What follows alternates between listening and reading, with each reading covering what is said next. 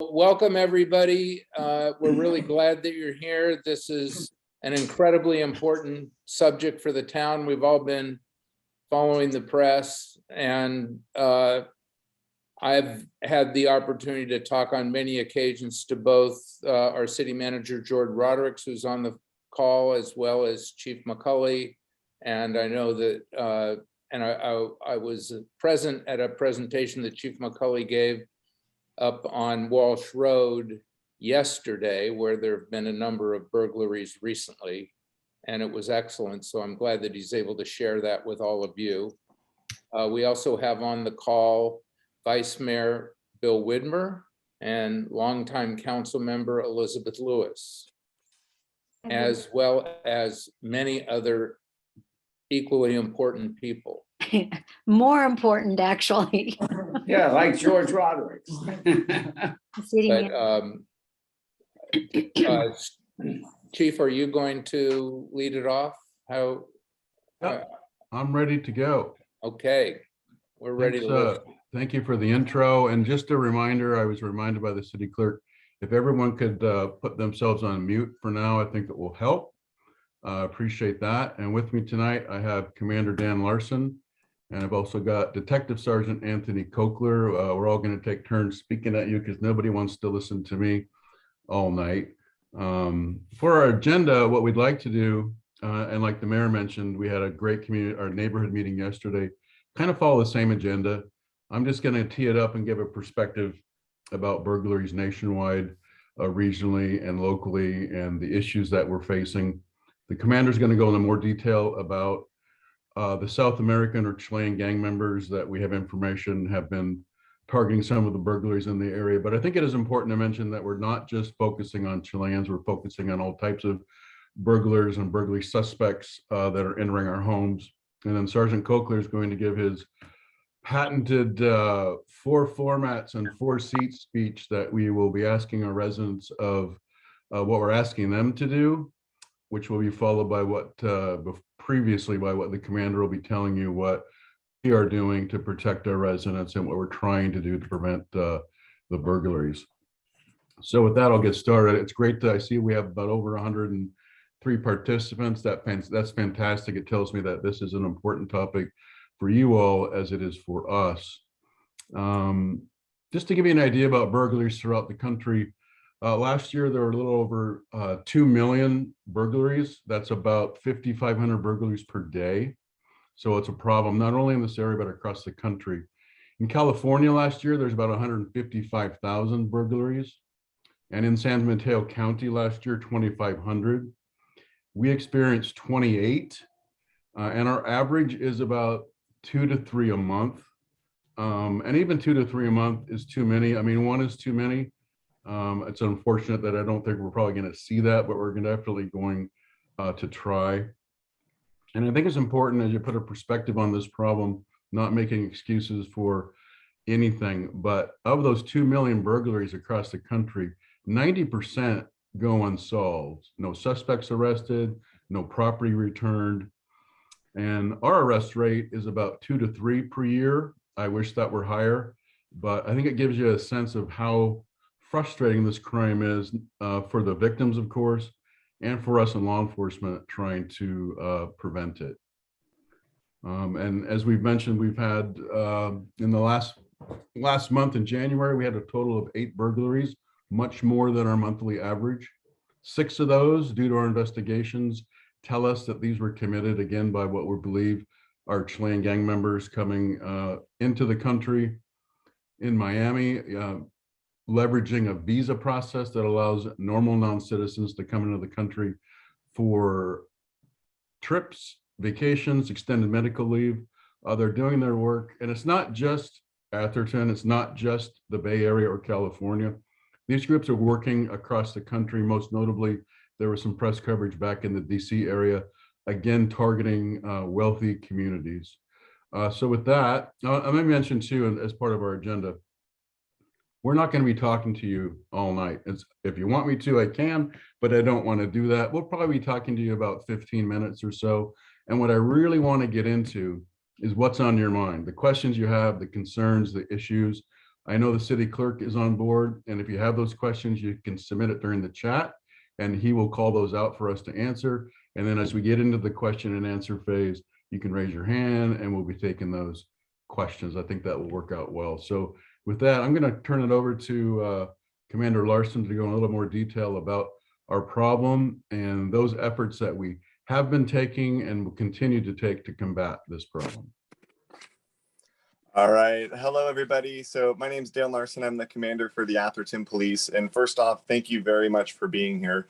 Just being here shows us that you really want to help us solve this problem. And really what it's going to take is everyone coming together as a community to help us out. And what I want to do to start off is just go over some of the things that we're seeing, some of the trends that we're seeing. And the purpose of giving you this information is so you know and have the knowledge of when these things are occurring, how they're occurring, and getting the message out of if you see something, if you see anything that we're going to talk about, please call. And I always have the motto of if you have to think about calling the police, if you have that thought of should I call, call. It's what we're here for. It's our job. Our officers have great demeanors. They're all wonderfully trained and they will treat any situation appropriately. So if you have that thought of should I call, please take the opportunity to call because it truly is what we're here for. So what we're seeing with the current trend in our burglaries is one of the unusual things is that the cars they're driving newer model SUVs and there's usually 3 or 4 people on board. So the cars that they're driving are newer model, higher end cars, typically things that we would see within our community. So they're not standing out in that way. The same vehicle may or may not come back twice. We've had some where they've come back. We've had others where the car's only been to our town once and then it is gone. Oftentimes what they're doing is they're switching license plates out before they come to our town to commit the crime. So they're going to a local Safeway, a shopping mall, something like that, and they're switching out license plates. So we can't start tracing them through the license plates because once we do, we hit the dead end of where it was stolen from. They tend to hit during the hours of 5 p.m. and 8 p.m. And so that's something for everyone to keep in mind. These aren't middle of the night things. It's not early morning things for these burglaries that we're seeing. It's between 5 p.m. and 8 p.m. when people are going out to dinner, when they're getting home from work. I should be so lucky. That this is occurring at.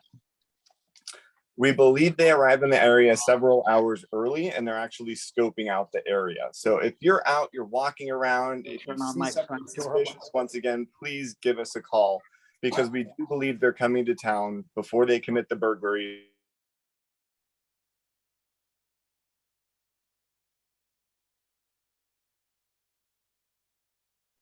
Somebody turned off his We volume. lost you. We lost you. Muted. You're I got muted. People, muted. please mute. I was already talking too much. I got muted. Probably by Anthony. So in what we're seeing in terms of getting into people's homes, they're almost always getting in by breaking a glass door or a glass window and climbing in through that way. Once they're inside the homes, what they're looking for is they're looking for safes, jewelry, and money. They're looking for things that aren't even necessarily serialized. They're looking for things that they could quickly grab that are highly valuable, that don't take them long to get. They're grabbing what they can, and then they're out within a couple of minutes. They're typically not spending a lot of time in these homes once they're inside. They're grabbing the easiest things they can, the high valuable things, and then they're out the door. So those are really the trends that we're seeing. And Detective Sergeant Coker is going to go over a lot more in detail of things that you can do to protect yourself. And before I turn it over to him, one of the things I want to tell you guys about is called our SEPTED reviews. And what that is it's crime prevention through environmental design. And what this does is it introduces new ways to deter criminal behavior. Often criminals are looking for ways to enter your property and not be noticed, but the SEPTED principles can help reduce your risk of becoming a victim. The goal of these SEPTED reviews is to design your home in a way that prevents easy access. And it could even be things like small changes like ensuring trees and bushes are not overgrown, making sure windows are not obstructed so you could see someone if they enter your property, and installing enough lighting all contribute to keeping your home a safer place and making yourself a harder target. And if what those reviews consist of is we have officers that are specially trained and they will actually go out to your home, They will meet with you. They will talk about all these different things and tactics that you can do to help increase your security to hopefully stop you from being a victim. And with that, I will turn it back over to the chief to introduce Detective Sergeant Kokler.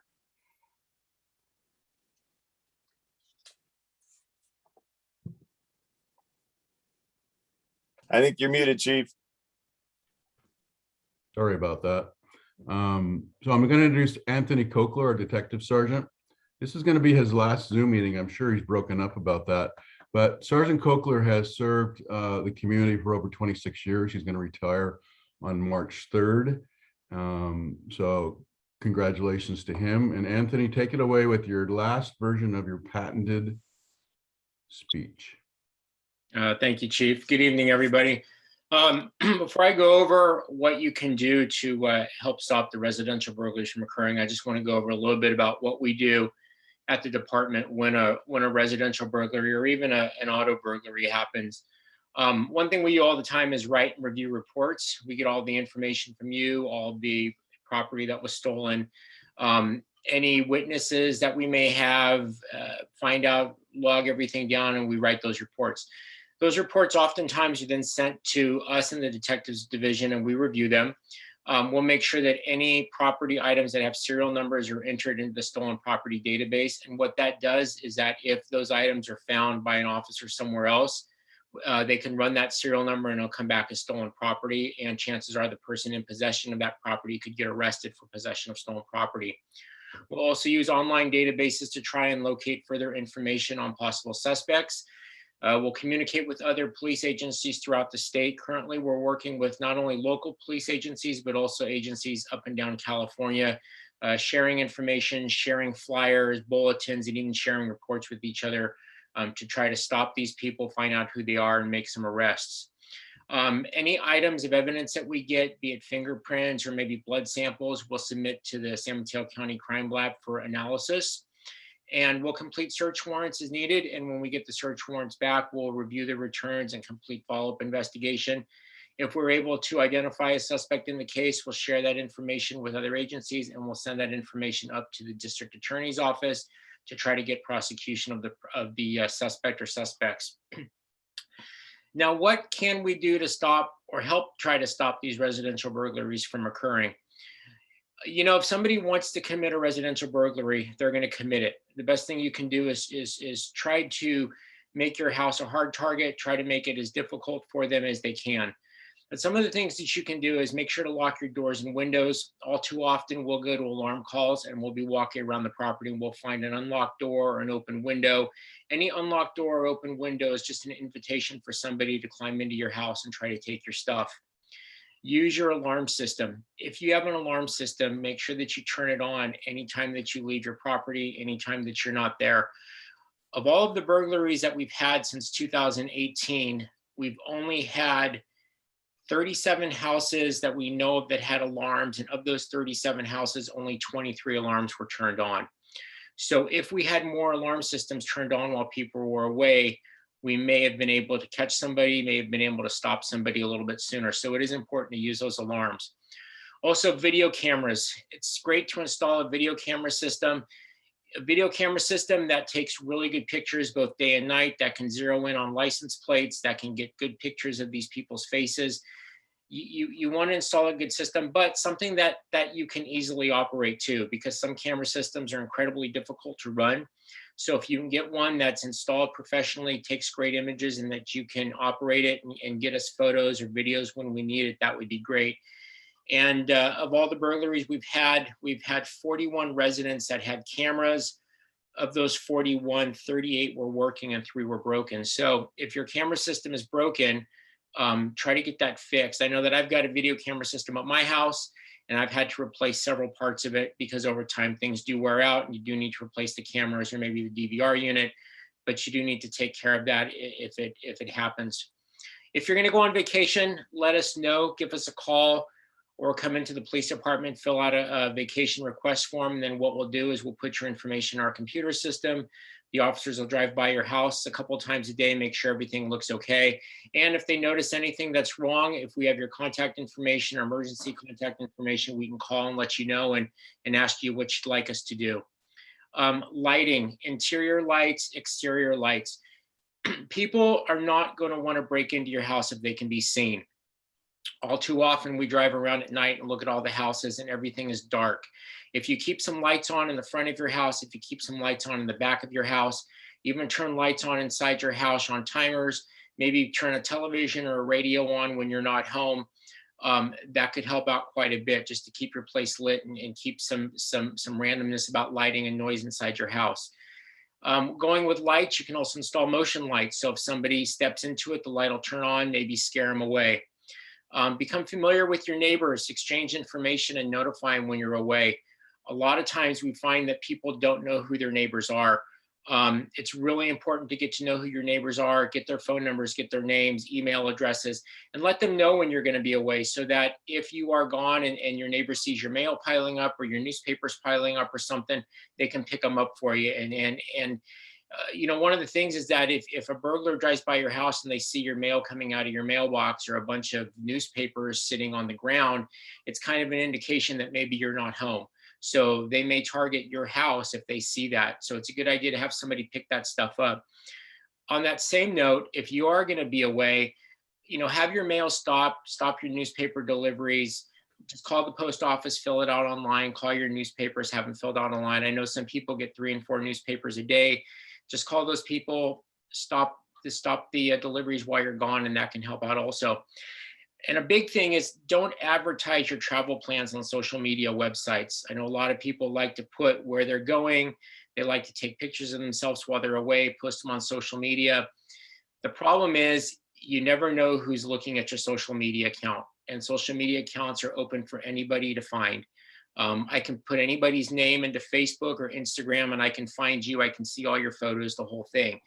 And I'm not really that great at social media, but if I can do it, then people who are really great at social media can kind of find out where you're at, find out that you're not home, when you may be home, when you left. So don't put your travel plans on social media websites.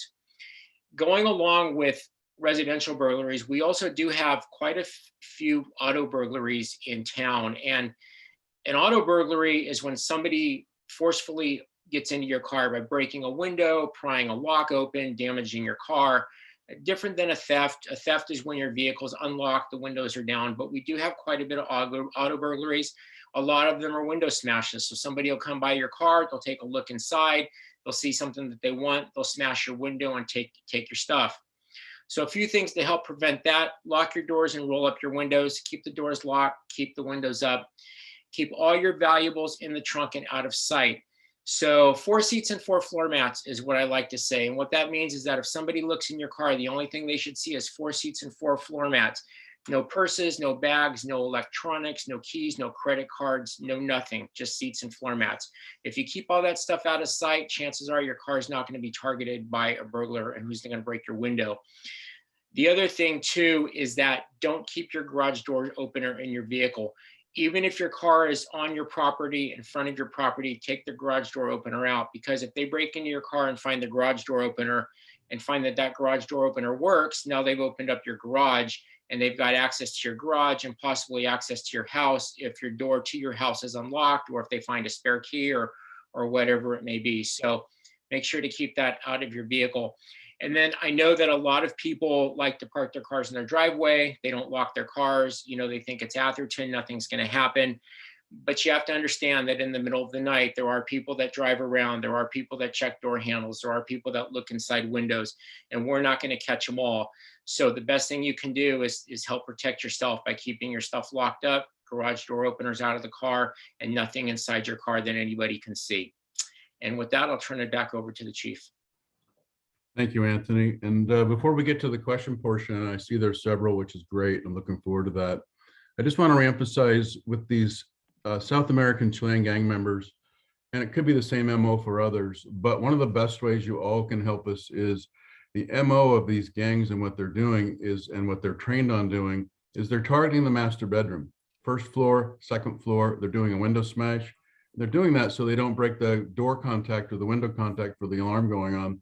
They're entering the master bedroom because they know, like most of us, myself included, we keep those things of value in our house, in the master bedroom, convenient. It seems like most of the safes that people have, and I think it's great that people have safes, but they're finding them in the bedrooms. They're not secure. They're grabbing those, everything else they can find, from jewelry to high-end clothing, handbags, shoes. And then they're going right out the front door, because when they're done in less than 5, 6, 7 minutes, they don't care about hitting the alarm. They go right out the front door where a car is waiting, and off they go. So one of the best things you can do, and one of the intent of this meeting, is how we all can learn to frustrate these burglars so they go somewhere else and know that Atherton is not a good target. Keep your valuables out of your bedroom, hide them somewhere else. If you have a safe, don't put it in your bedroom, put it somewhere else in the home where it's hidden and then it's secured to the floor and the wall. That will be very helpful, in addition to what Sergeant Coker mentioned. And it's also important to do, I saw one of the questions emphasizing, what are we doing to combat this? And we are doing several things. We have increased patrols. We have additional staff out in unmarked cars, marked cars, plain clothes, pulling out all the stops that we can do to try to locate these people when and if we see them. We've developed a resident volunteer patrol. We're leveraging those folks in our neighborhoods that are already out walking. These are the people who know what should be going on and what, most importantly, should not be going on in our community. We have a cadre of 12 folks so far. If you're interested, I would encourage you to sign up. Information will be on the police department's website. And we just recently graduated our recent class and look forward to some more classes. We mentioned SEPTED. Most importantly, and one of the frustrating comments from the neighborhood meeting yesterday was they didn't know about the burglaries going on in our community. That's frustrating for me to hear. We always put information out in the local paper. We also push out news flashes every time that there is a burglary. We're being very transparent, but you're not going to get that unless you sign up, and you need to go on our website to sign up for the news flashes so you can receive not only burglary information, but other important information that we think that you need to know. At the same time, I would strongly recommend that you get on the County San Mateo website and sign up for county-wide alerts. These are the alerts that are going to be important in a wide scale emergency and others, so you receive that information. There was mention of alarm systems. We have a lot of alarm systems in our community. I would strongly suggest, again, if you have an alarm system, for only $100 a year permit, to direct connect to our dispatch center. The reason that's important, it's not uncommon for us to have delays from other alarm companies. The call center could be in Kansas, it could be on the East Coast, staffed by we don't know who. Within the last few months, we had an alarm notification from an alarm company, but it was 20 minutes late. And that's just too late if these people are in your house for less than 6 or 7 minutes. If you direct connect to us, the dispatcher is dispatching to our officers about the alarm, and we're to your residence under 3 minutes typically. So we can respond and try to capture these suspects. Also too, if you direct connect, you can order a sign for the back or front of your house that says your alarm is direct connected as another deterrent. And then just talking about response times, I talked about it yesterday. We're proud of our response times. If you pick up the phone and call 911 and it's not an emergency, but you need the police, you're going to see 1 or 2 of us in under about 4 or 5 minutes. If it's a real emergency and you need the police now, lights and siren, we're going to be there in about 2 minutes. National average for that is 9 minutes, which is a long time when you really need help. So those are some of the things that we are doing, and then partnering with you, like Sergeant Coker said, that working together, that's how we're going to combat this. So I'm going to stop talking, and then Anthony, I think you have a series of questions. If you want to throw those, we'll go through those first, and then I want to open it up to the group to see what else is on your minds. Absolutely, Chief. So little housekeeping. I've got about 23 questions that have been populated into the chat. I'll go down those one by one. And then once we're done there, if you are joining by Zoom link, you can look at the participants button at the bottom of your screen to raise your hand. If you're joining by phone, you can dial *9, and I'll be scanning the crowd and taking those, helping the chief facilitate that. So first up, Chief, you've put cameras up all over Atherton. Why can't these folks be caught, along with home security footage? Thanks. Yeah, thank you. That's a good question. So thanks to the support of our council and the residents, we launched our license plate reading cameras a couple of years ago. We have a total of 47 around the community. More than half of those are funded by residents. We had great success with a public-private partnership with these cameras. And we set it up so that we have an exterior fence, if you will, for the main entry points of town and an interior fence. The cameras have been successful, and we have been great success with different crimes and capturing suspects. The problem is our burglars and suspects are smart, and they pay attention to what's happening with law enforcement technology. And as the commander mentioned, one of our cases, we have video surveillance of them stealing a license plate from a car at the Menlo Safeway and putting it on their car and then committing their crimes. Unfortunately, the cameras, there's no way for the cameras to detect that, because by the time, if the person realizes their plate has been stolen and report it, it's too late. But the cameras do continue to be successful. Just a short list, helping locate a missing elderly person that went missing. Attempted murder in Lloyden Park. They were instrumental in identifying those suspects and identifying other stolen cars and felons that are coming through our community armed with significant criminal histories that have no business being in town. It helps us to identify them, and hopefully that word gets out where these cameras can be a deterrent. Okay, question number 2. Would home surveillance camera systems be helpful? Is the footage or resolution good enough to actually provide real protection? I think you may have addressed that already, but you're free to take it. Yeah, I'll take it real quick. That is part of the frustrating problem, that people will have camera systems, and unfortunately, they're probably very old. And then we just get fuzzy images. There are very low cost solutions out there on Amazon, like Blink, Arlo, many others, and other sophisticated systems. But with technology today, and the prices are low, it's very easy to have high-tech equipment in your home. And there seems to be a concentration of cameras in your home. You know, that's great. But we also need them, I think it's more important to have them outside so you can be alerted before they get into your home of what's happening. Hey, Chief. Are the gangs sophisticated enough that they would be on this Zoom meeting?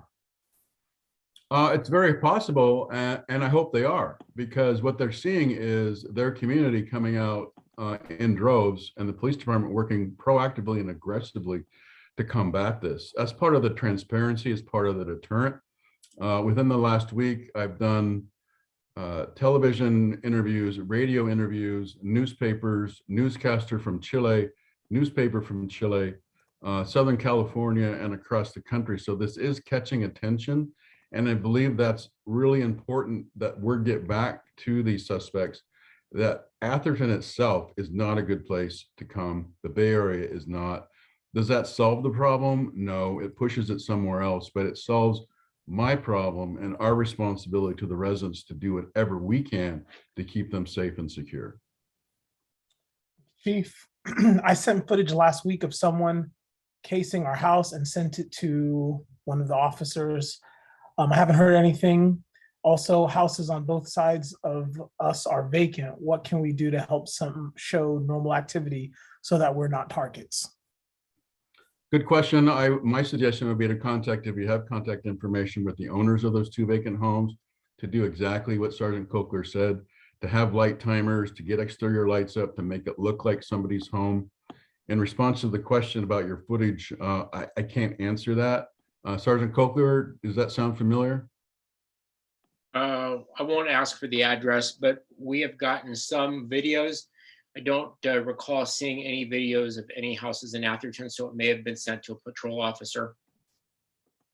All right, thank you. Maybe I can encourage, I'll post my email address and maybe the chief's email address in the chat, and the person who sent that message in, you can contact either one of us directly to, help sort it out. Yeah, that would be great. Okay. Next, sir, we've got a question. Have the thieves been able to breach any heavy duty home safes?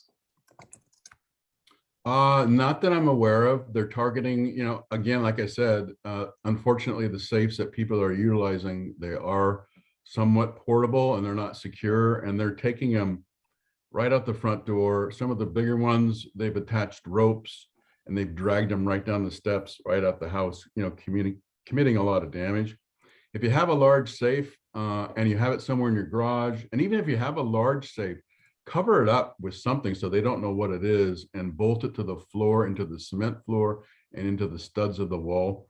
And we do have instances where they have attempted to get into some of the higher end safes and have not been successful. Is there a map depiction of where burglaries happened? We do have that on Citizen Rims on our website for review. Sometimes it's kind of hard to see. And related to that question that I get asked, are we seeing any pattern to these burglaries around town? When I spoke with the Walsh Road Group, there was obviously a concern. I'd be concerned too with the several that we've had there recently. Statistics will tell you, and my experience will tell you, that when burglars do this, almost always they're not going to come back to the same area, and definitely not the same home again, because they know that there's attention and focus in that area. We have found no pattern throughout town. It can be on the west side, the east side, Lindenwood, Lloyden Park. But we do keep track of locations. Like Sergeant Cochler mentioned, we keep track of everything. We keep track of what was happening or not happening in the house, and O's, which lend us and help us to advise the residents what they need to do to help us. We have Verkada cameras that are industrial grade, used by schools, and they're great and can see at night. You can see it from your phone. So that doesn't seem to be a question, more of a helpful statement. Are you going to increase police presence patrolling around the neighborhood? Yes, we have, and I think I hit on that a little bit. We continue to do that, particularly adding resources late afternoon, early evenings on the back streets, using marked and unmarked patrol cars, and using officers in uniform and not uniform. We're trying to pull out all the stops that we can to try to intercept these folks. I will tell you, we have come close a couple times. One instance in Lindenwood, the officers were arriving as the suspects were running out of the house. We got hands on a backpack. These guys are, from what I understand and talking to other people, other parts of the country, they're like ninjas. They're like gymnasts. They're gone on foot, or they're gone in the car and they're off. And I can touch on this because I get asked, why aren't you chasing these suspects? Our agency, like many across the country, have a no pursuit policy for very good reason. Burglary is a property crime. And so if we start chasing them down the freeway, another community, they hit another car, they hit a pedestrian, there's no way I can justify that police action, which is why we have this restrictive pursuit policy. That said, in a violent felony, someone's been shot, murdered, etc., we are allowed to pursue, and we will pursue and take out all stops to protect the community and stop those suspects. This is a long one, Chief. So I have a question and a comment about alarms. Right now, the police department is using alarm transmission technology from the late 70s, early 1980s. An analog telephone is used to call into a specific phone number to transmit the alarm.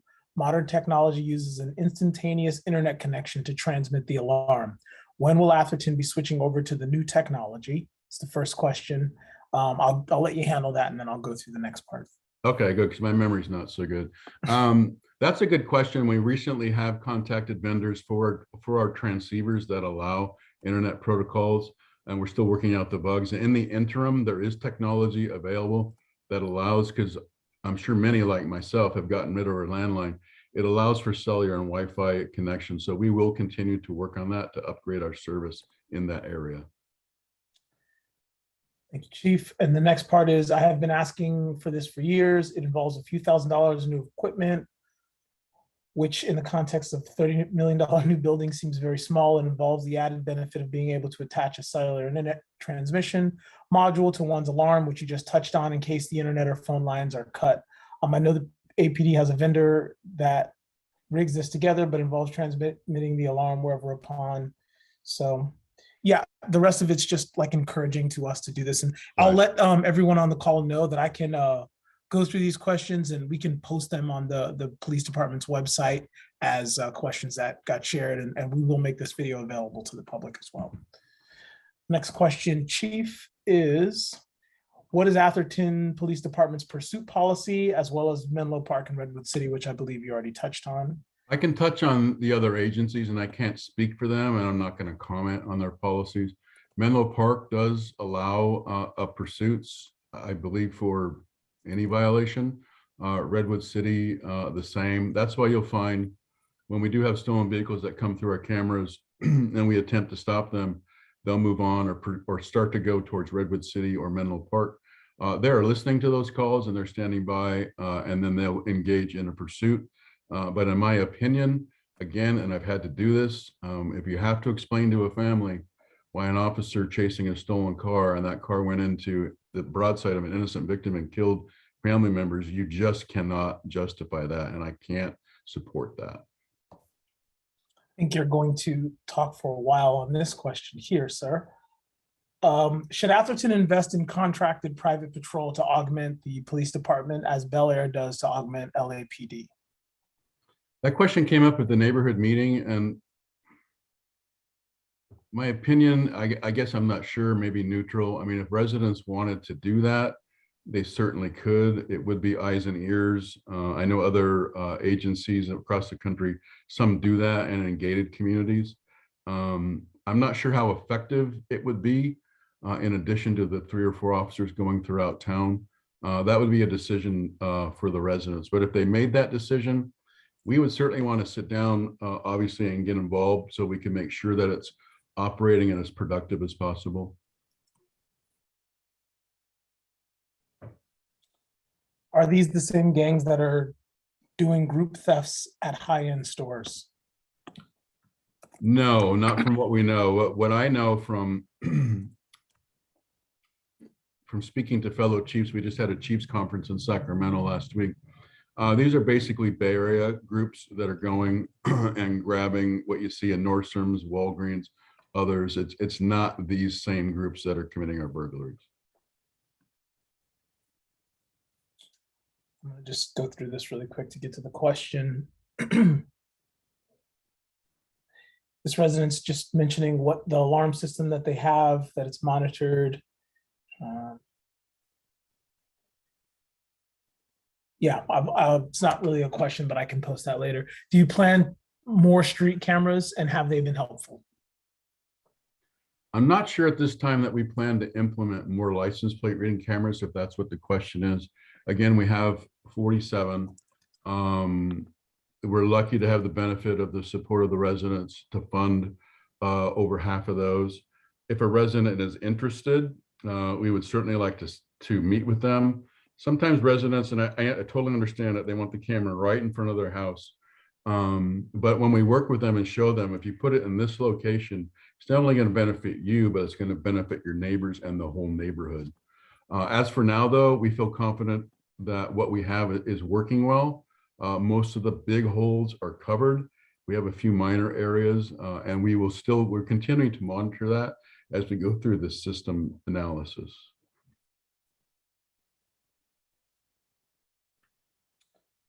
Does anyone have a good resource for safe installation? Maybe that's a part of what we gather and post for people after the meeting, but I don't know if you want to touch on that. I think, like, I get a lot of questions about alarms and other systems. It's hard for us to recommend specific brands, but I always say, you know, my wife hates it when she asks me a question, I say, Google it. Get on Google, take a look. There's all kinds of reviews, all kinds of research, all kinds of ratings, etc. And that's what I would suggest. Are there 3 or 4 occupants of the gang's SUVs only male? I'm not sure how you will touch on that, but I believe there's been an instance of not just male, sometimes female. It can be 3, it can be 4 from what we understand. They're always typically dressed completely covered up, face, Tyvek suits, gloves, boots. So we can't, you know, there's nothing that you can see other than sometimes stature and sometimes some audio recordings. But what we know, and the commander mentioned it, and I think Sergeant Coker did, in the early afternoons in neighborhoods like ours, they're moving around undetected in a nice vehicle. They're ringing door gates, they're ringing doorbells if the gates open. Sometimes they might be standing in the back to see if there's any motion. And they're logging that. And then when it gets dark, they come back and they're looking and say, well, I was there before, they didn't answer, now it's totally dark. They're rolling the dice. The odds are in their favor and they've been successful, and those are the ones that they're targeting. Can the town stop magazines that are dropped on our driveways, having them sit in driveway gives the people the impression that we're out of town. That's a good point, and the commander and Sergeant Coker both mentioned that if you have subscriptions to stop those, I do know that we have some magazines that are dropped that no one's requested. We have in the past attempted to get those stopped, and we still can. That is a problem if it's unwanted material. If you're going to be gone, and part of getting to know your neighbor, ask if they'll pick that up for you. What we will do, and I've done it myself when we're driving around and we see that, we pick it up. I put it in my car and throw it away unless it's theirs, and we throw it over the gate so it's not sitting out front.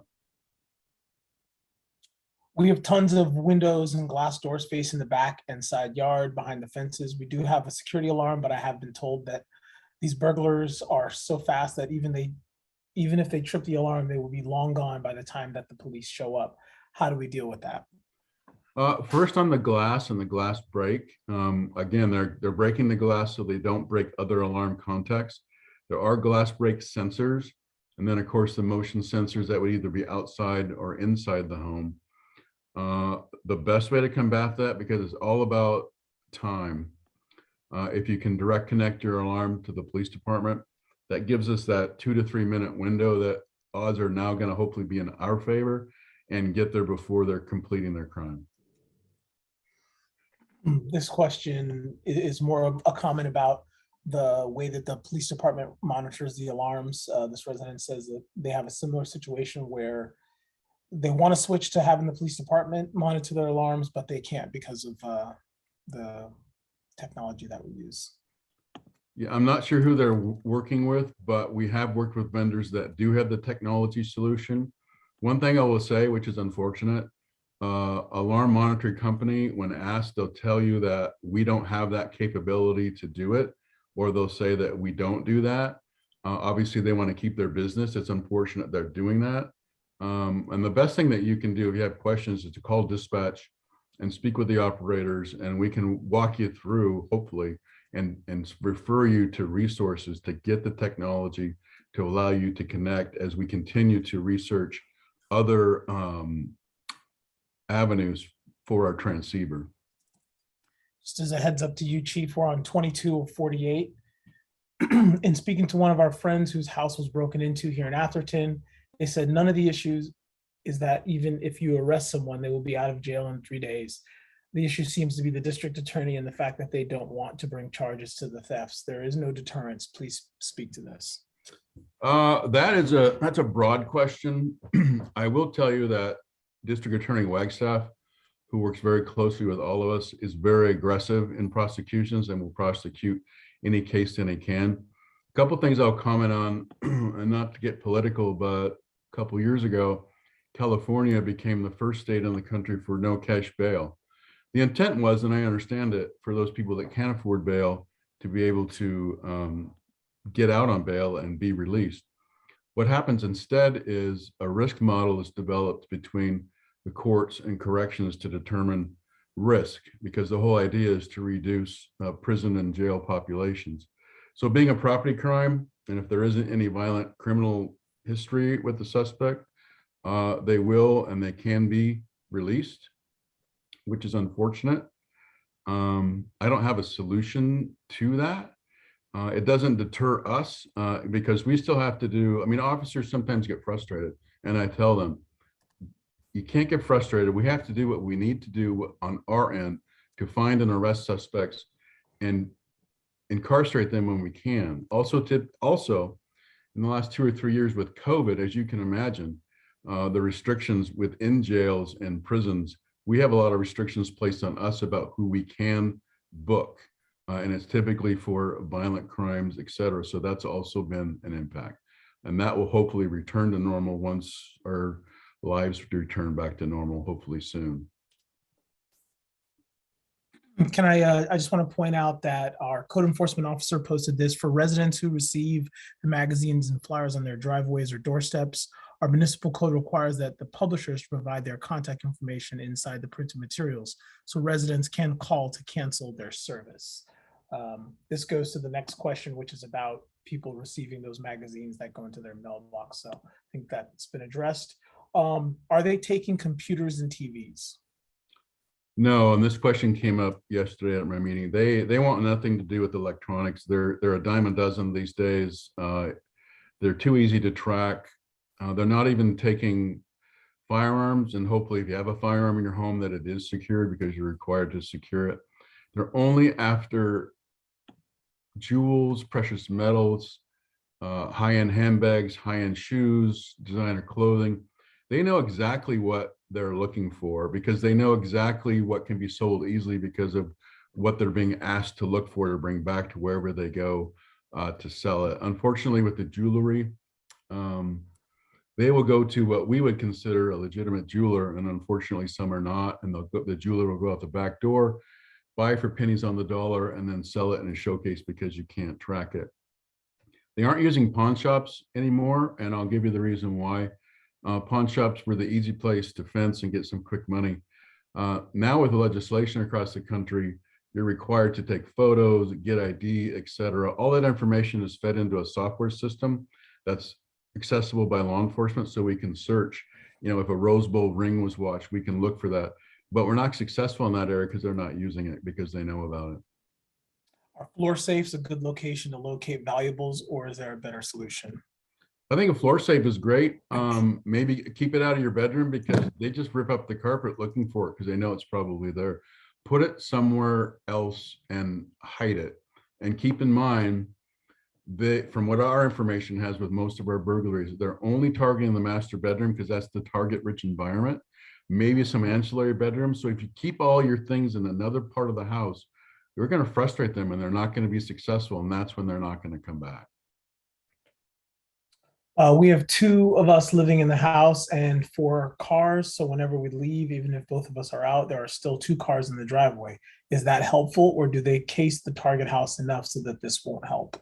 No, that's one of the things. That's a really good point. Cars in the driveway is a great way to make it look like somebody's home. And just make sure you don't keep anything valuable in that car or even in the trunk anymore. But cars in the driveway is a great thing to make it look, especially if they're clean. It makes it look like, somebody's around, somebody's taking care of the property and the cars. The next one is more of a statement that I think you've already addressed. How can we sponsor more street cameras or license plate reader cameras? How can we what? I'm sorry. Sponsor street cameras or license plate reader cameras. Yeah, I would say the best way is contact me. We have a public-private partner system set up. It's fairly easy to do. We would certainly like to talk to you about that, and we can locate an area where it'd be effective and give you all the information about that. So feel free to, I have a feeling I'm getting a lot of emails, which is great. And I'm happy to get back to you. I think you've answered this, but do they break the safe? I can skip it. I can just keep going if you want. Is there real-time capability to detect car mismatch with license plate? This will allow you to detect suspect cars right away. It can. So when the cameras are coming through, the only problem with that, let me back up on the technology. It can, but as a car comes through, say it's a stolen license plate and it's just been stolen, it's not going to hit. If that license plate is in the system stolen, it's going to hit. It immediately comes back to the dispatcher and says that's supposed to be on, a black Mercedes and it's on a red Honda Civic. The system does work that way, but there's limitations based on the examples I given before. Whenever we go away, we hire a house sitter to stay in our house and take care of our pets. Is that helpful? I think it's extremely helpful to have somebody that you trust be in your home, again, to make it look like, well, somebody is there, but keeping the lights on, keeping the stuff out of the driveway, doing all those things. I think it's very helpful to have somebody in your home while you're gone. Why is the police not knocking on doors to see if neighbors saw or heard anything near houses where recent burglaries have occurred or been attempted around the Green Oaks, Lilac Drive area in Lindenwood? I can't respond to all those, but typically that's our standard response when we are investigating a burglary. We will go door to door looking for, first off, if there are any witnesses, did they see anything? More importantly, do you have any cameras that may have captured anything? So I can't respond to their particular instance, but that's our standard protocol when we go out for burglaries. We don't just concentrate on the victim house. We're looking at the surrounding areas to see if there is another burglary victim if nobody's home, but also to look for witnesses and to look for video. This person would love also to connect their alarm to the police department. Their alarm dials out via voice over internet, and they do not have a phone line like a landline. So does the Atherton Police Department have the ability to receive VoIP signal? We do, from what I've been told, the technology is available. So I would ask them to call dispatch or email me so I can gather the correct information and get back to them. Even if you have high quality cameras, don't the professional burglars know enough to avoid them or spray paint in the lenses? They can, because they know cameras are available. This particular group that we're working with are completely aware of that. They will destroy camera if they see it, but it doesn't really matter because the way that they've dressed, you can't tell if it's a male or a female, or you just can't tell because they're all covered up, which makes, a camera in that instance probably not that valuable. But the alarm or motion alarms and others that they may not be aware of and alert us are effective. I believe you said these gang members are entering our country under the guise of being on vacation or doing business. Is there anything being done on the federal level, for instance, more screening at the entry point? There is. So our work with the FBI also includes work with, immigrations and custom enforcement. They're aware of this. It's a visa system that's supposed to be, it's a good program for people that want to use it legally and lawfully. There has been a lot of attention building over the last couple of years nationally. I spoke with a newscaster from NBC in San Diego earlier today. There's supposed to be a piece going on about the nationwide problem. So, meetings like this that are starting to blossom, I think the more information we can get out on this, and the more that these Chileans or South American, whatever gang members know, is more of a deterrent.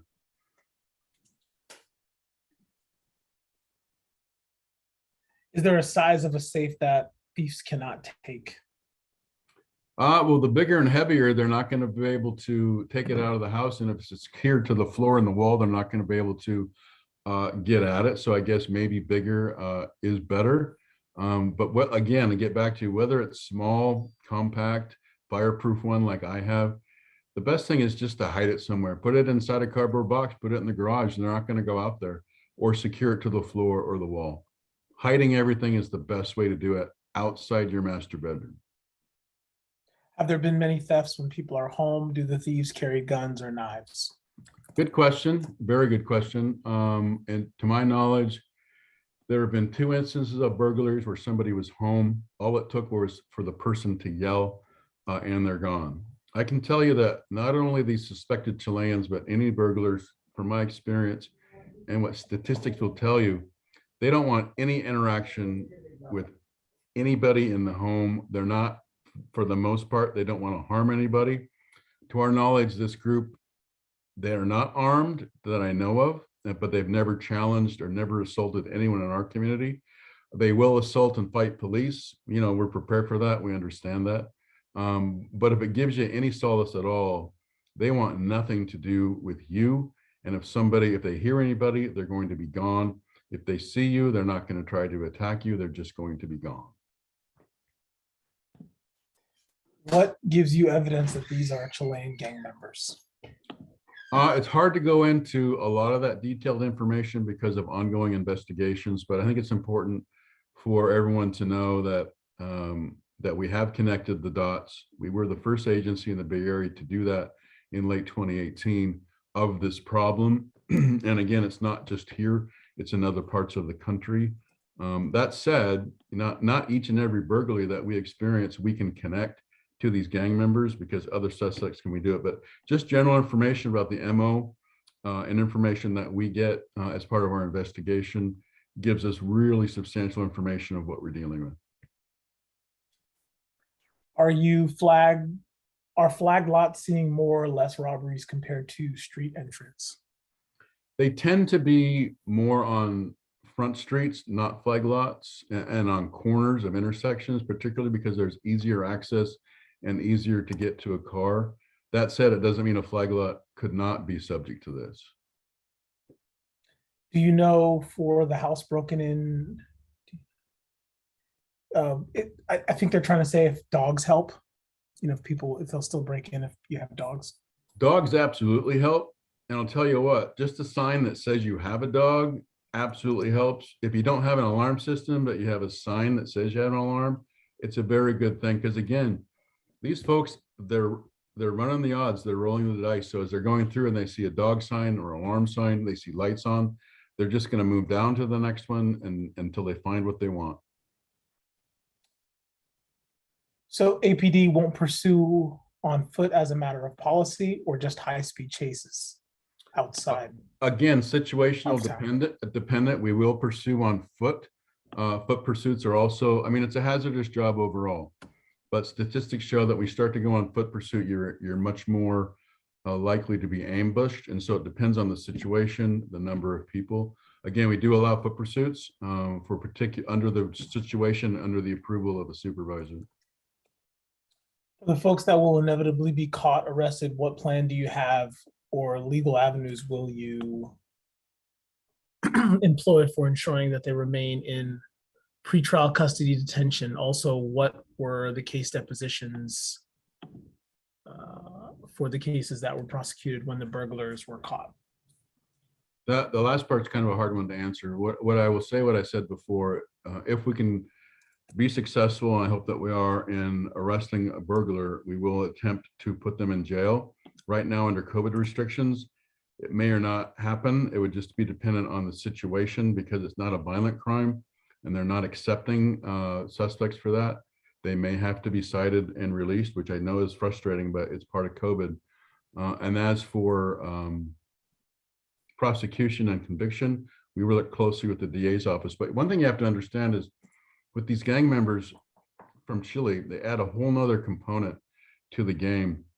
Local criminals, because they're local, don't tend to travel. And so even if they were cited and released, eventually we're going to be able to find them or they stay in the area so they can be prosecuted. These gang members, and one instance I can think of when another agency arrested one, he went to jail, he was released, and he said, I'm just going to go back to Chile. So there's no way we can prosecute them other than to deport them, or unless they leave on their own. And then of course there's others right behind them. So I know that's not a very good answer. It's very frustrating for us and I know for you. But again, we're going to continue to do our part. We're lucky that we do have a DA that is on our side and does everything that he can do to prosecute cases that are brought before him. Just to give you a heads up, we're on 44 of 62, but we do have 1 hour left of this session. If you haven't already commented, do you have any suggestions regarding the value of gates and do they need to be closed all day? Gates are great, but if you have a gate, I would suggest closing it with your garage doors open, close them. I don't want people to feel like they're a prisoner in their own home. That's definitely what they should do. I want them to feel secure. This is a very secure, very safe community. If you take burglaries out of the equation, violent crime, random violent crime, other crimes are pretty much non-existent, which is great. But if you have these gates, close them. Otherwise, they'll wander in and they'll ring the front bell and see if anybody's home. Use what you have and to protect yourselves and to harden your home, harden your target. Can I connect my alarm system to the police department using Xfinity Home or business cable, or are we still forced to use AT&T landlines if we want to have our systems connected directly to the police department?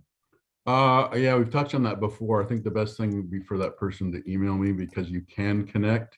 If it's Xfinity or others, it's your choice. If you want that alarm monitor provider to still monitor your alarm or have us monitor it, that's a personal decision.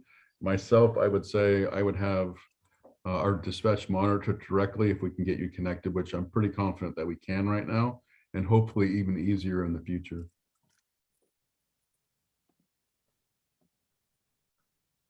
How can the town come together to vote on private patrol?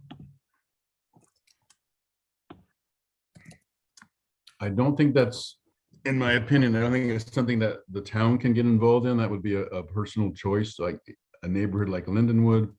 I think they mean like, yeah, how can residents come together? That's kind of how I interpret it. Yeah, well, I think you could utilize Nextdoor. You could host a meeting to see if there's traction. I know from our neighborhood meeting yesterday on Walsh Road, there are some groups of folks that were going to discuss that. It's really just a personal decision by the group in the neighborhood in town. Thank you, Chief. Would you allow gated cul-de-sacs like on Walsh Road or other long private avenues? Would you allow gated? That's what it says, so I'm not. Yeah, I don't think that's possible. All the gates in town are all private driveways. We wouldn't be able to gate off a public street, public road. Will laminating windows deter thieves from continuing the break-in?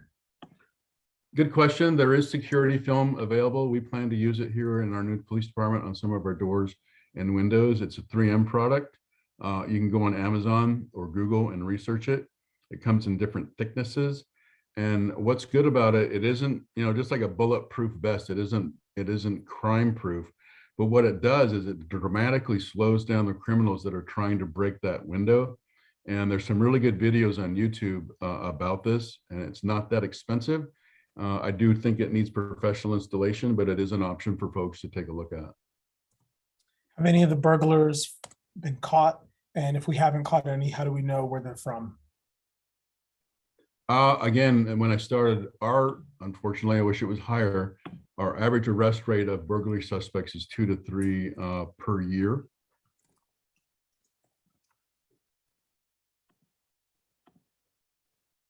Would you consider sponsoring a security seminar at Holbrook Palmer Park on a weekend where vendors are invited to show and demo various security cameras, devices, alarms, etc.? It would be great and very efficient way to educate residents. I think I might know the person that asked that question. I didn't set them up for it, but it has been discussed in the past.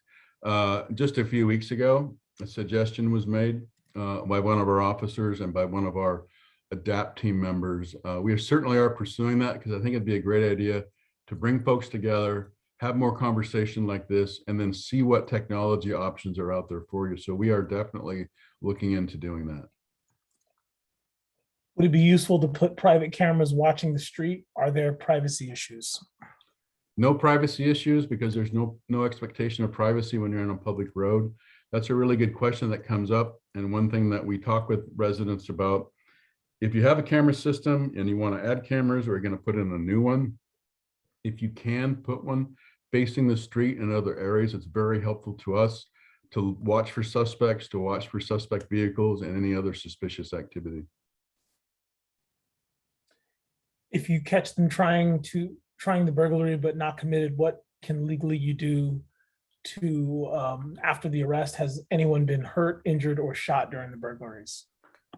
As I mentioned before, no, we're lucky. Again, these burglars want nothing to do with folks. They're not out there to assault or kill. They just want to grab property for money and move on.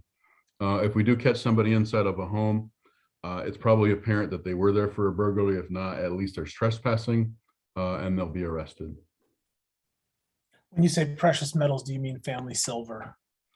Gold, anything. They're grabbing anything, and whether it's actual precious metal or not. Yeah, unfortunate part is, those things, those heirlooms, the things that have a lot of value to you but not money value, those are taken and you're never going to get it back. They're looking for anything that they can grab of value.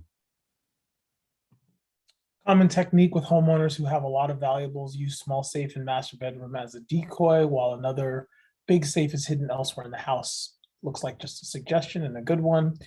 Are they hurting household dogs, animals while doing their theft? No, we have no instance of that. What do you suggest if someone follows you to your home or into your neighborhood?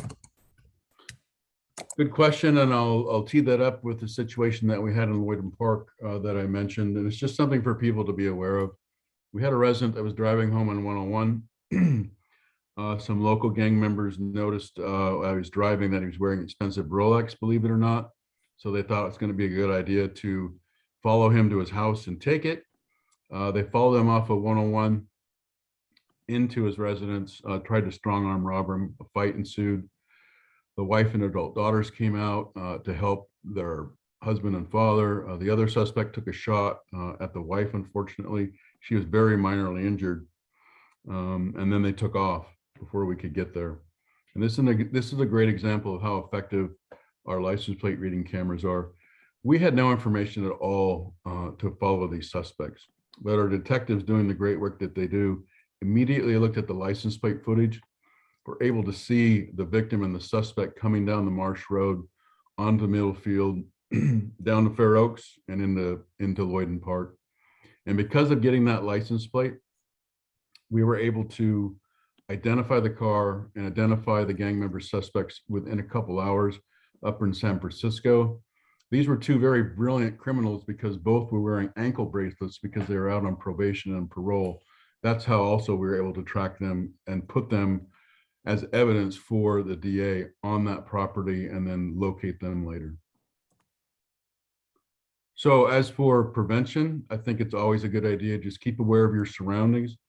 The case that I mentioned, the resident felt like somebody was following him. So if you feel like somebody is, drive to a safe location, drive here to the police department, drive to a shopping center, something that's open, and just keep cognizant. Call 911 if you have time to do so, and just be aware of your surroundings. Is there such a thing as having too much home security where thieves would think that there's something extremely valuable inside the house to go after? Yeah, that's a good question. I don't know if I would worry about that. I would think that if they're seeing the technology, whatever it is, with motion lights and cameras, light timers, etc., I think you're just going to see that as a deterrent. Your thoughts about having a silent alarm set up so the burglars are unaware the alarm has been set off and the police department's been notified? Yeah, most of the alarms in my experience here are silent. We do have some that are audible. I think audible is effective because they know it's gone off and they know someone's being notified. Sometimes though, they know that there's a delay in police being notified and they're going to continue to do what they're doing. Again, rolling the dice and the odds that they're going to get out of there. So there's value in both.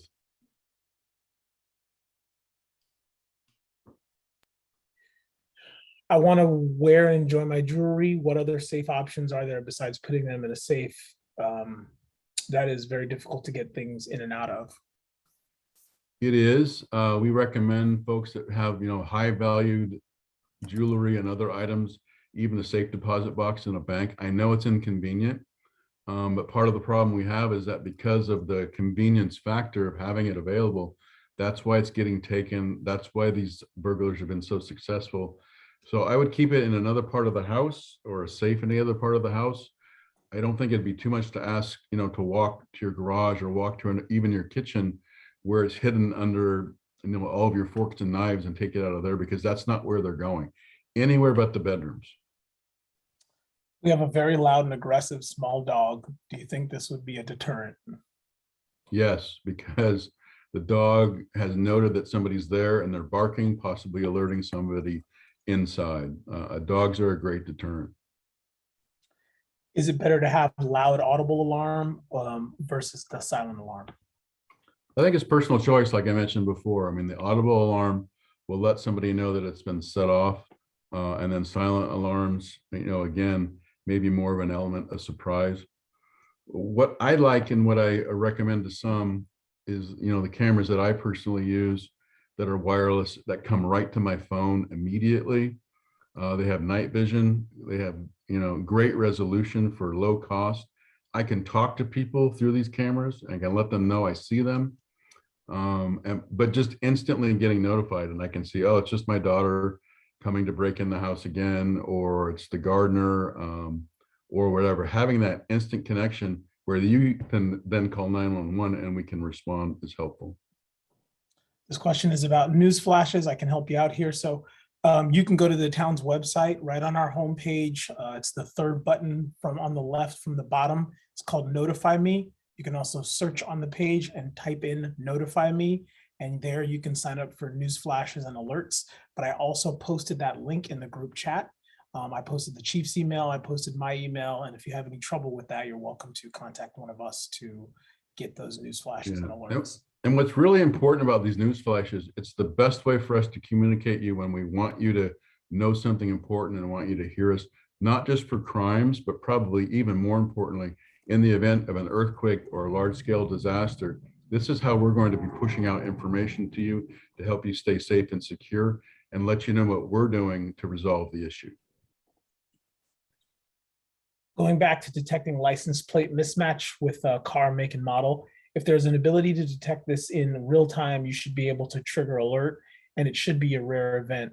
Didn't fully understand why this will not work. This approach doesn't depend on stolen plates being reported. It can catch things simply based on license mismatch with a given car make, model, or color. Well, I think it's important to understand the technology. So how this works, and they aren't, it doesn't take video. It's just taking images of a rear license plate, sometimes the front, and it's comparing that with the FBI national database, which is uploaded every 24 hours. So if that particular license plate has been flagged for a felony suspect, a stolen car, terrorist watch list, believe it or not, it will hit, and then we will respond. If that is the actual plate on the actual car and nothing hits, that means there's nothing in the system at that time. And we do have, it sometimes will misread, but our dispatchers have been trained, like if it's coming back a Ford truck, but it's actually a BMW, they know that it's a misread. And again, sometimes, like I said, it may not be the right plate for that car, but the camera cannot tell us that unless it's in the FBI system.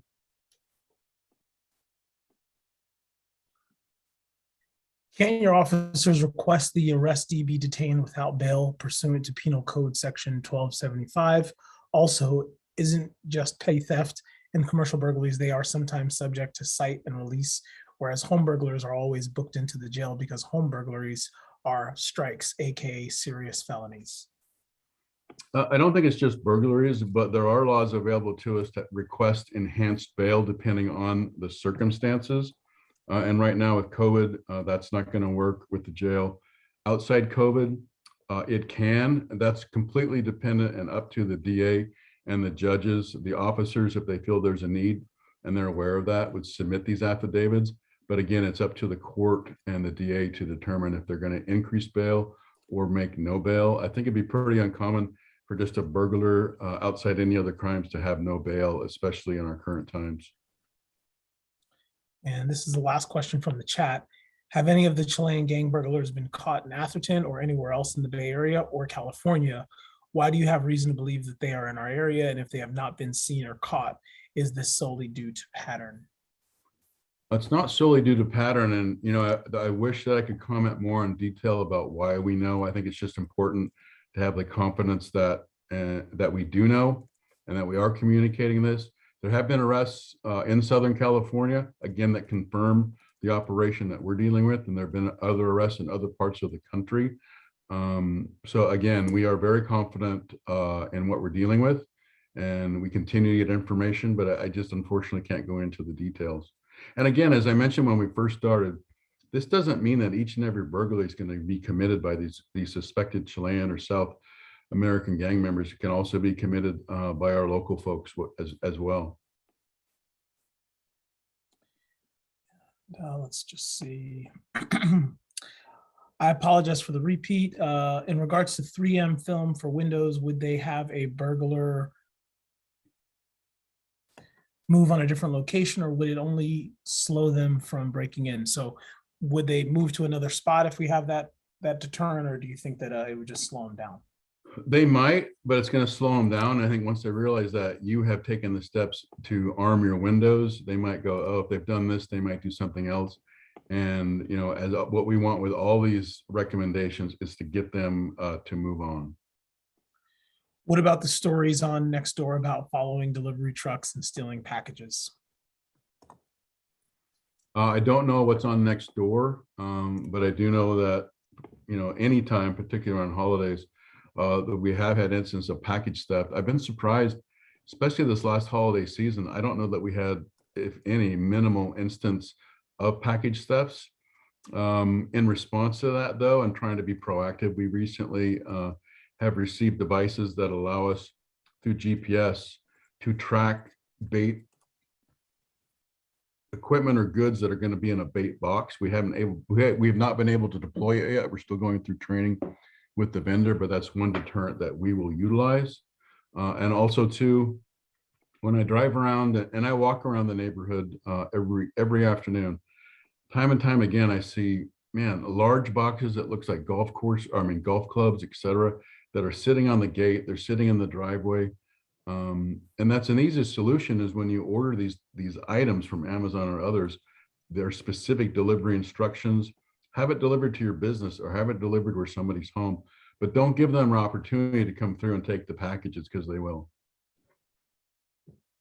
Can you please comment on metal shutters over doors and windows like systems used in Europe?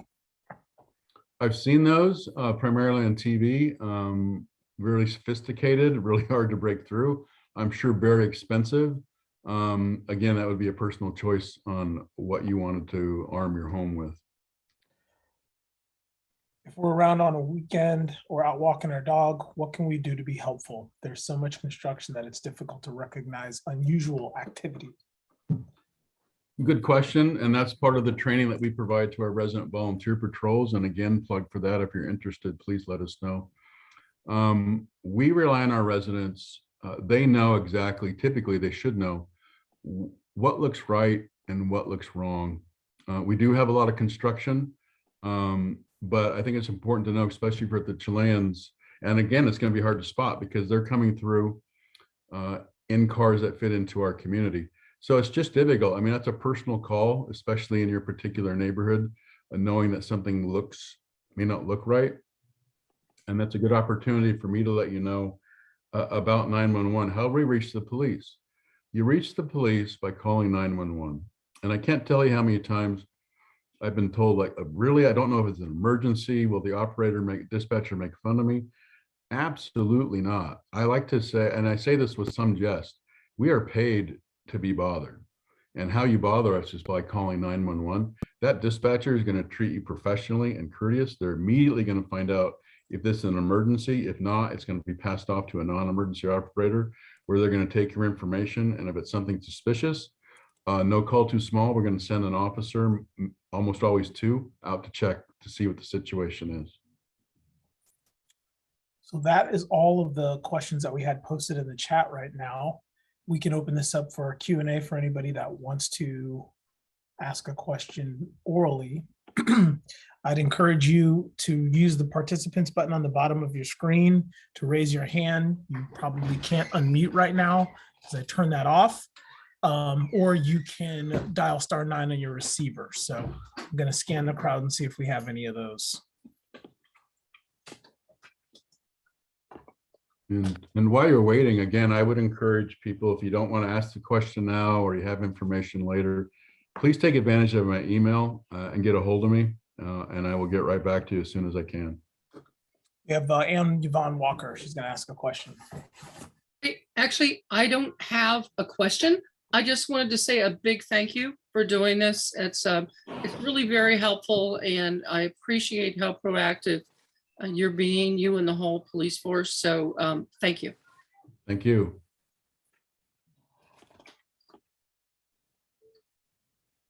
So far, I don't see anything else. Not even from Greg Conlon. We could ask if we have any people that are interested in hosting a local neighborhood safety meeting. They can contact the chief directly. Let me comment on that. As part of our ongoing communication, transparency, and everything else, and not just for burglaries, it's important for myself and for my officers and my team to get out into the neighborhoods and see what's going on, listen to your issues and concerns. And so I have a goal this year that I told my boss earlier of doing a community meeting, a neighborhood meeting in each of the 14 Atherton Emergency Response Team areas. So I accomplished one yesterday. I have a volunteer for the Atherton area in March, and I have another one scheduled in May. If you would like to host a meeting, and it doesn't have to be, you don't have to put out beer and wine. If you want to, let me know. I'll be there right away. Or food. Just like yesterday, it was a really nice get together. It was a great day. It's a nice environment. People got to know each other and meet that have been living together for years and never met. There was value there. So if you are wanting to host, please email me and I will always make myself available for that. We have Miss Susan Warren with a question. Just a quick question. So last year, I know we had given $100 to contribute to the police force. And I know we had received a letter and I know we had forgotten to pay for this year, and I know it's half the rate. Are residents going to be receiving reminders for the? They are, and I think what you're talking about is the burglary permit. So the initial one, it's $100 a year. And then we are working with finance. We've had some issues in the past.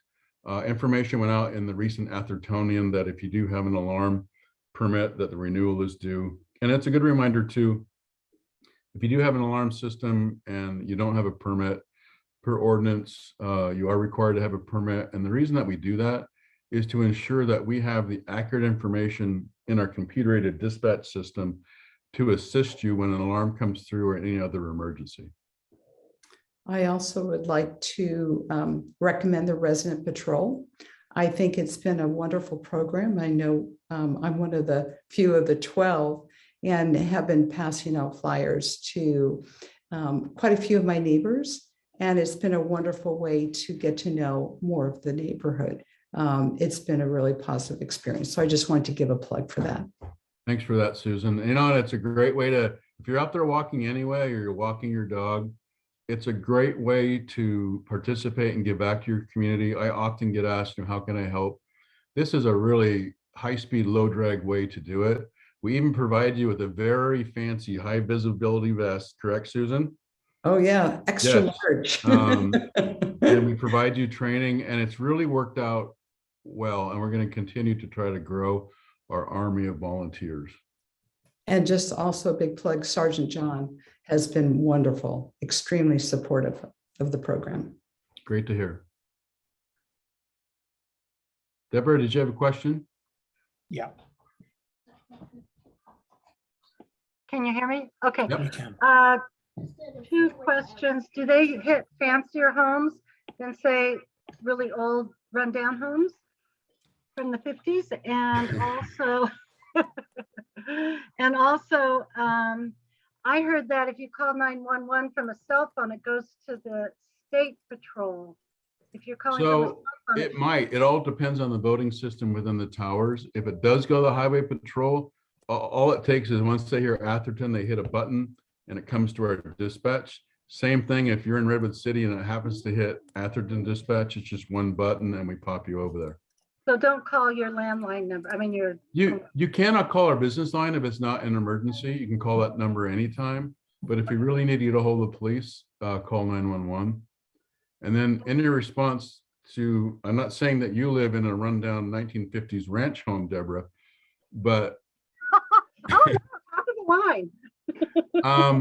what I would say though about these burglars and the Chileans, and nothing against your home or anybody's home, but they are looking for, the mansions, the wealthier communities like ours, because they know, again, the odds are in their favor that they're going to be successful. No, I mean within our town, do they tend to go towards the fancier homes? I would say yes. Thank you. Chief, can you talk about the site visits that residents can schedule with officers? Yes, I can. It's been a very successful program. This is a national program, and it's crime prevention through environmental design. And we have several specially trained officers that with an appointment, you call the business line for dispatch, or you can email me. We'll set up an appointment. They come out to your house and they'll spend whatever time it takes to walk around the exterior of your house, and if you would like, the interior of your home, and give you tips and suggestions as to the best things that you can do with technology, with landscaping, any other thing that you can do to help protect yourselves. And we've really received raved feedback on this, and a free service. So I would take full advantage of it if it's something that interests you. And we have a question from Mr. Jonathan Buckite. Sorry if I mispronounced that. Okay, yes, thank you. I want to thank you for the obvious good faith efforts that have gone into this. And I had a comment on the private patrol and a question. So just to clarify, when I suggested private patrol, I'm not talking about replacing police officers. I'm not talking about volunteer residents I'm talking about the town council contracting with a private patrol company to have cars riding around at night and calling in suspicious activities to the police department. And I know I have a friend who lives in Bel Air, and he said that that makes a tremendous amount of difference in crime there. And it's obviously could scale much more than hiring more police officers, given the cost of a police officer versus a private patrol. My question on the alarm is, when you started the yearly fee, I got an invoice in the mail. And I haven't been getting invoices for the past 2 years since COVID. So am I supposed to pay it on my own, or am I going to get an invoice? I don't want an alarm to go off and no one to come because I haven't paid the fee. No, even though the fees haven't been received or not tracked correctly, the police, we're going to get your alarm and we're not going to not come, never.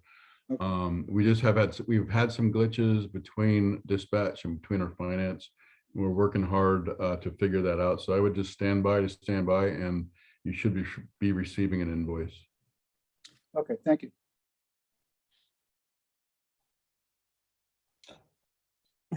I am scanning the crowd to see if we have other folks looking to ask a question.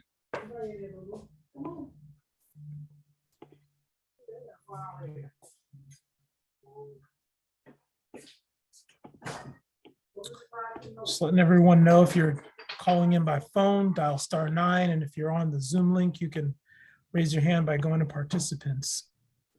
Oh, there we go, Patricia Briscoe. I'm going to ask you to unmute. We can't hear you just yet. Okay, since these Chilean gangs are coming in here under the guise of going on vacation, doing business, whatever they're doing, is the federal government doing anything to screen them properly?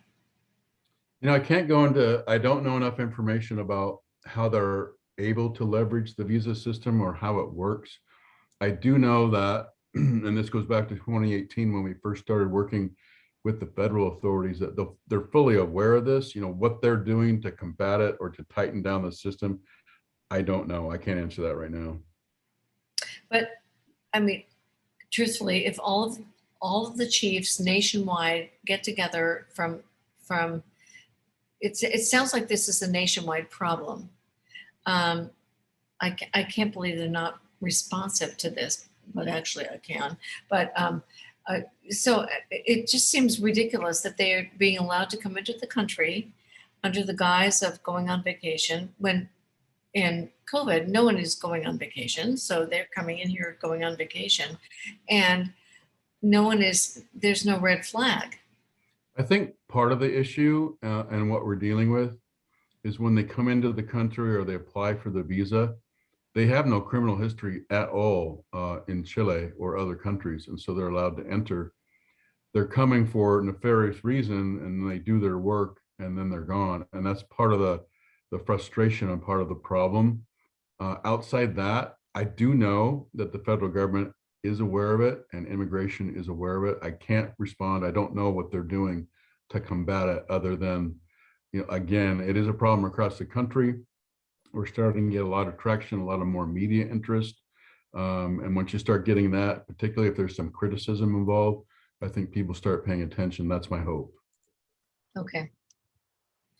That's perfect. Thank you very much. And thank you for tonight. This was very informative. Absolutely. Thank you for attending. You're welcome. Well, Anthony, if there's nothing else, that doesn't mean this is the end, everybody. Anything that you need from me, you email me, you call the police department, you're going to get a response. One thing that I take great pride in is the team that we have in Atherton, your police department, to protect you. We kind of smile when we say no call too small. I mean it, and we do it. And there's a lot of agencies that don't because they can't, but we do. And so we are here for you. I know this burglary issue is particularly frustrating. We will continue to work on it. Meetings like this, anything that we can do to deter crime in our community, we're going to do it. So I wish you, looks like Mr. Roderick has a question. Just, Chief, this video, this Zoom meeting, it's going to be posted on the town's website. It is going to be posted on the town's website. And as of last week, we've been working on setting up a resource page on the police website for crime prevention, not just burglaries, but any other resource for you, like alarms, lights, any other thing that we can think of to allow you like a one-stop shop. And we will continue to try to get the security fair up and running and plan for that in the park in the spring.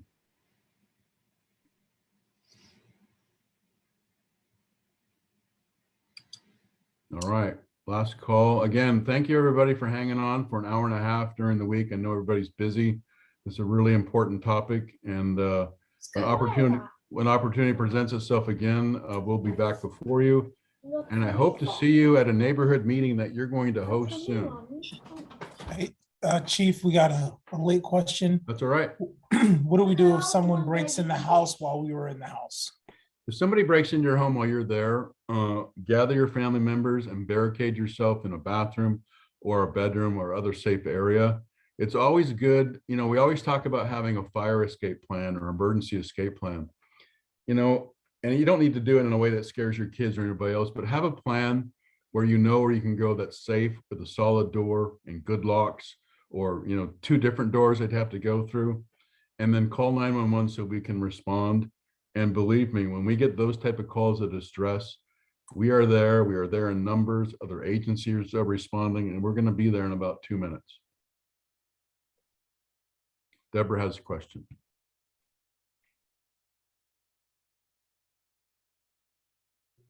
Do they go through high windows, like they would need a ladder to get through a window?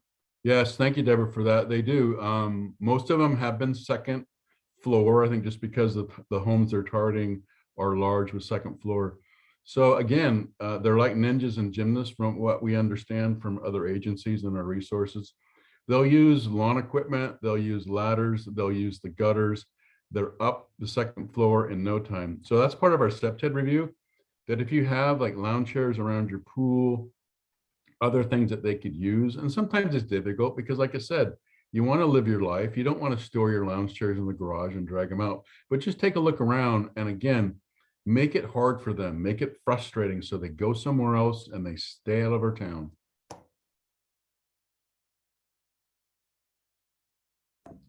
And I don't see any other questions, Chief.